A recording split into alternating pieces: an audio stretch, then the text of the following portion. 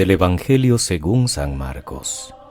En aquel tiempo Jesús y sus discípulos, terminada la travesía, tocaron tierra en Genesaret y atracaron. Apenas desembarcados, algunos lo reconocieron y se pusieron a recorrer toda la comarca. Cuando se enteraba la gente dónde estaba Jesús, le llevaban los enfermos en camillas. En la aldea o pueblo o caserío donde llegaba, colocaban a los enfermos en la plaza y le rogaban que los dejase tocar al menos el borde de su manto, y los que lo tocaban se ponían sanos. Palabra del Señor. Gloria a ti, Señor Jesús. Es lunes, queridos hermanos. Seguimos en el primer libro de Reyes, hoy en el capítulo 8. Lo más característico del reino de Salomón fue haber construido el templo de Jerusalén, aquel que su padre David había querido edificar, pero que las circunstancias por una parte y la voz de Dios a través del profeta aconsejaron dejar para más tarde. Este templo, inaugurado unos 1000 años antes de Cristo, recordemos que fue destruido por Nabucodonosor 400 años más tarde, y luego fue reconstruido varias veces. En tiempos de Jesús estaba en su esplendor. Muy pronto, el año 66 después de Cristo, los ejércitos de Tito y Vespasiano lo destruyeron de nuevo. Ahora en su lugar hay una gran mezquita musulmana. Hoy leemos cómo organizó Salomón, haciéndolo coincidir con la fiesta de los tabernáculos, el solemne y festivo traslado al recién inaugurado templo del Arca de la Alianza. El arca que acompañó al pueblo en su época nómada por el desierto y que luego había estado depositada en varios templos y casas. El arca contenía las 2 tablas de la ley de Moisés. Ahora es llevada al templo como símbolo de la continuidad con el periodo de las peregrinaciones, a pesar de que el pueblo ya se ha asentado definitivamente. Si los judíos estaban orgullosos de su templo y del arca de la alianza que la albergaba, nosotros tenemos todavía más motivos para apreciar nuestras iglesias como edificios sagrados.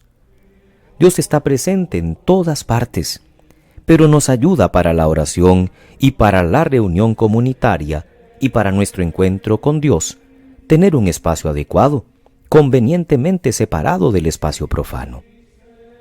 Y ni hablar de la presencia eucarística de Cristo Jesús, que ha querido que participáramos sacramentalmente de su cuerpo y sangre en la comunión y que prolonga esta presencia en el sagrario, sobre todo para la comunión de los enfermos o moribundos. Eso sí da sentido y dignidad nueva y entrañable a nuestras iglesias.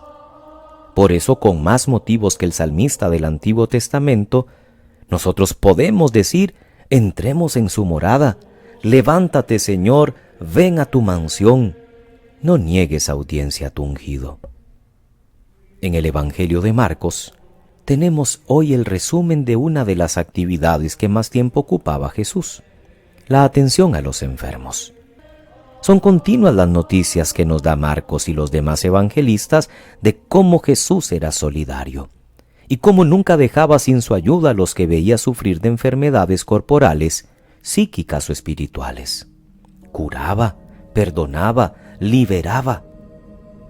En verdad pasó haciendo el bien. Como nos dice hoy, los que lo tocaban se ponían sanos. No es extraño que le busquen y le sigan por todas partes, aunque pretenda despistarles atravesando el lago con rumbo desconocido. La comunidad eclesial recibió el encargo de Jesús de que a la vez que anunciaba la buena noticia de la salvación, curara a los enfermos. Así lo hicieron los discípulos ya desde sus primeras salidas apostólicas en tiempos de Jesús. Predicaban y curaban. La Iglesia hace 2000 años que evangeliza este mundo y le predica la reconciliación con Dios. Y como hacía Jesús, todo ello lo manifiesta de un modo concreto también cuidando de los enfermos y marginados. Esta servicialidad concreta ha hecho siempre creíble su evangelización, que es su misión fundamental. Un cristiano que quiere seguir a su Maestro no puede descuidar esta faceta. ¿Cómo atendemos a los ancianos, a los débiles, a los enfermos, a los que la sociedad margina? Los que participamos con frecuencia en Eucaristía no podemos olvidar que comulgamos con el Jesús que está al servicio de todos. Mi cuerpo entregado por vosotros. Y por tanto también nosotros debemos ser luego en la vida entregados por los demás. De modo particular por aquellos por los que Jesús mostró su preferencia, los pobres, los débiles, los niños, los enfermos.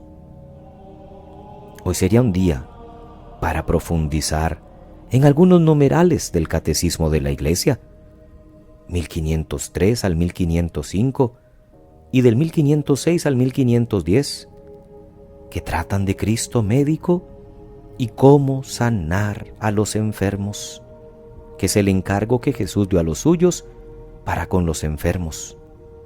La asistencia humana, dirá el Catecismo, la oración y de modo particular el sacramento propio de los cristianos que están enfermos, la unción. Que pasen muy feliz lunes, queridos hermanos. Que Dios les bendiga.